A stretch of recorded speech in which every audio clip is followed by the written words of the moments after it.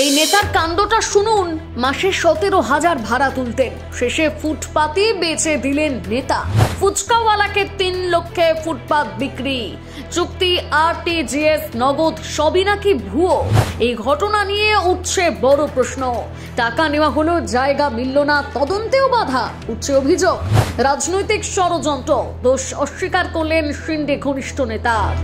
মুম্বাইয়ের ব্যস্ত রাস্তায় দিনের পর দিন ব্যবসা করে সংসার চালান যে মানুষটি, তারই মাথার উপর নাকি অদৃশ্য চক্র তৈরি হয়েছিল বহু আগে। মাসে 17,000 টাকা ভাড়া তুলতেন যিনি, শেষে সেই ফুটপাতটাই নাকি বেচে দিলেন এক রাজনৈতিক নেতার হাতে। শুনতে অবিশ্বাস্য, কিন্তু অভিযোগকারী বলছেন এটি তার জীবনের সবচেয়ে বড় প্রতারণা। আর সেই অভিযোগ ঘিরে এখন দাউ দাউ করে উঠছে মুম্বাইয়ের রাজনীতি। সাধারণ মানুষের মাথায় একটাই প্রশ্ন, ফুটপাত কি সত্যি বেচা যায়? আর যদি না যায় তবে 3 লক্ষ টাকা গেল কোথায়?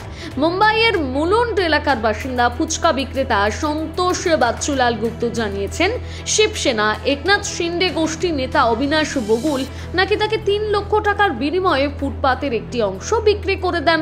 শুধু তাই নয়, পুরো লেনদেনকে বৈধ দেখাতে তৈরি হয় নাকি একটি চুক্তি।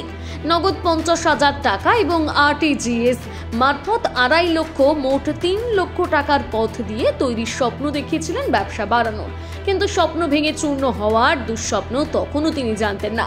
এর আগে ওই ফুটপাত থেকে নাকি এক ধোসা বিক্রেতার থেকে মাসে 17,000 টাকা ভাড়া আদায় করতেন অবিনাশ, এমনও তথ্য সামনে এসেছে।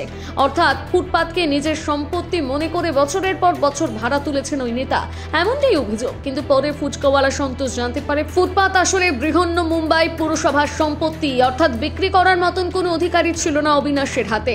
চুক্তি হয়েছিল 2023 সালে, কিন্তু আজও জায়গা পাননি সন্তোষ, টাকাও ফেরত আসেনি। বারবার যোগাযোগ করেও কোনো উত্তর পাননি তিনি। শেষমেশ পুলিশের দ্বারস্থ হন, কিন্তু সেখানেও সমস্যার মুখে পড়েন তিনি।